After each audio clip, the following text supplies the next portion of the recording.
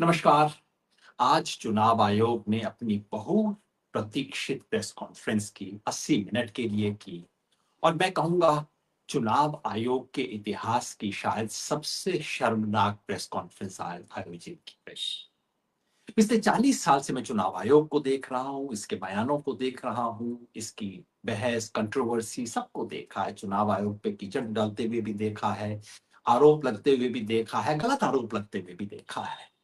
लेकिन इस किस्म की सीनाजोरी मैंने कभी नहीं देखी। संदर्भ समझिए, आज की प्रेस कॉन्फ्रेंस का संदर्भ क्या था? संदर्भ ये है, आज रविवार का दिन है। चुनाव आयोग सामान्यतः अपनी प्रेस कॉन्फ्रेंस रविवार को नहीं करता है। संयोग ये है कि आज का ही दिन वो दिन है, देखिए कैसा अद्भुत संयोग है।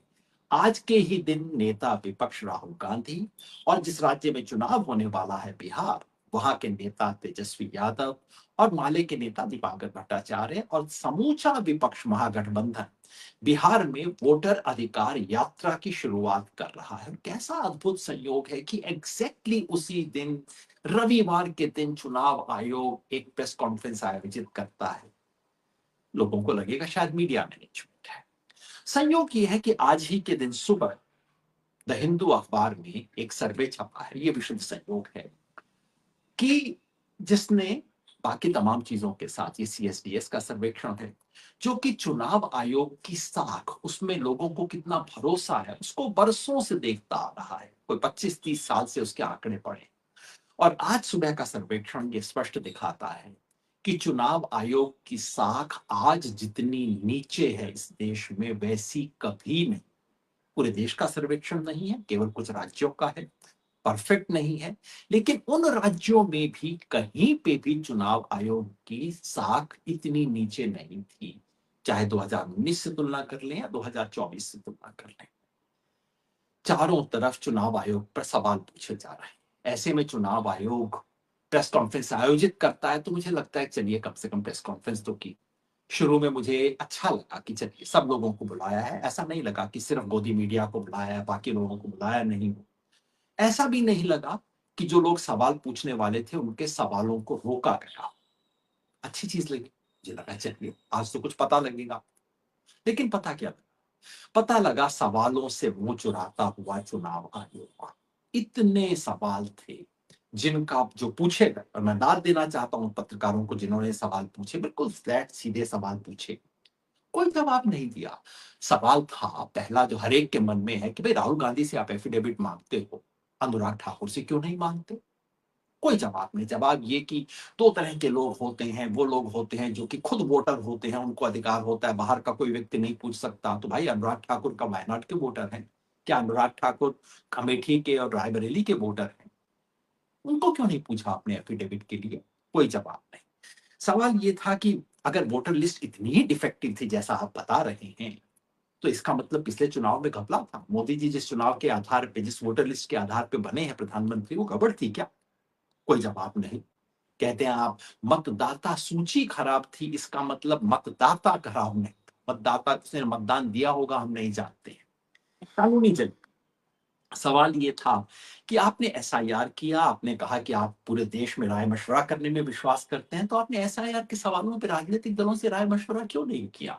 सवाल ये था कि एसआईआर को इस बाढ़ के मौसम में, बारिश के मौसम के अंदर बिहार में इतनी जल्दबाजी में क्यों लागू किया गया? सवाल ये था कि चुनाव वाले साल में चुनाव आयोग की अपनी मर्यादा है कि चुनाव के साल में इंटेंसिव रिवीजन कभी नहीं किया जाएगा। एक पत्रकार ने याद दिलाया कि महाराष्ट्र और अरुणाचल प्रदेश में 2005 में इंटेंसिव रिवीजन ये कह के रोका गया था कि बाकी देश में होगा, यहां नहीं होगा, क्योंकि यहां चुनाव होने वाले हैं। जिस साल चुनाव होगा उस साल इंटेंसिव रिवीजन नहीं होगा। आपने मर्यादा क्यों तोड़ी?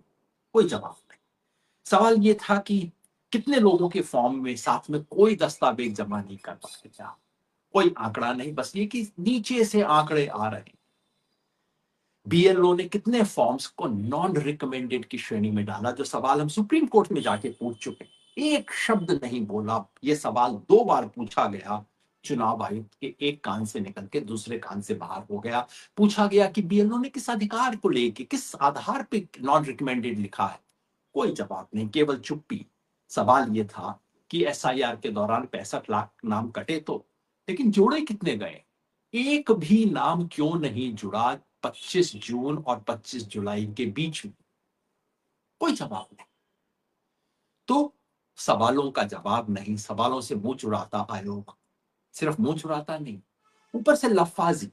लफाजी के नमूने देखिए इनके। कहते हैं कि बताइए, बेंगलोर में किसी नेता ने एक पीपीटी दिखा दिया, हम क्या करें? क्या हम इसके आधार पे 1.5 लाख लोगों को नोटिस दे दें, उन्हें दफ्तर में बुलाएं? हुजूर, किसी ने नहीं कहा। आपसे ये कहा गया कि आप जांच करो, अपनी जांच करो, आपके अफसर हैं, जाके जांच करो कि इस एक घर के अंदर 80 लोग कैसे हैं। किसी ने नहीं कहा कि उनको नोटिस दो। हाँ, जांच करने पर फ्रॉड के संदेह मिले तब आप नोटिस दो। क्यों लफाजी कर रहे हो? कहते हैं हम सीसीटीवी, माताओं बहनों के वोटर लाइन में लगे होने का सीसीटीवी कैसे दे सकते हैं? किसको उल्लू बना रहे हो आप? कौन माताओं और बहनों का सीसीटीवी मांग रहा है? केवल इतना कह रहे हैं कि आपने कहा कि शाम के वक्त आखिरी 1 घंटे में इतने लाख वोट हुए। विपक्ष कहता है कि आप सीसीटीवी इसलिए दिखा दो कि हमें पता लग जाए कि शाम 6 बजे के बाद लंबी लाइन लगी हुई थी। कोई माताओं बहनों के घूंघट के अंदर जाके कैमरा दिखाने को नहीं बोल रहा। आप इस तरह की क्यों हल्की बातें करते हैं आप? कहा कि चुनाव से पहले इंटेंसिव रिवीजन होगा कि चुनाव के बाद में होगा। लफाजी, आपकी अपनी गाइडलाइन है कि उस साल में नहीं होना चाहिए, उसका जवाब दीजिए ना। मशीन रीडेबल डेटा देने से मैनिपुलेशन हो जाएगा। ज्ञानेश जी, आप उस देश में बात कर रहे हैं जहां आईटी जानने वाले करोड़ों लोग हैं। आप अपने सिस्टम पे, आप अपने कंप्यूटर में एक्सेस नहीं दे रहे हैं, आप किसी को कोई एक पेन ड्राइव दे रहे हैं। आपका किसी को पेन ड्राइव देने से आपका डेटा कैसे मैनिपुलेट हो जाएगा? क्या समझ रखा है आपने इस देश के लोगों को? 7 करोड़ मतदाता चुनाव आयोग के साथ खड़े हैं, ऐसे में चुनाव आयोग पे कौन सवाल उठा सकता है? ये क्या कविता सुना रहे हो आप?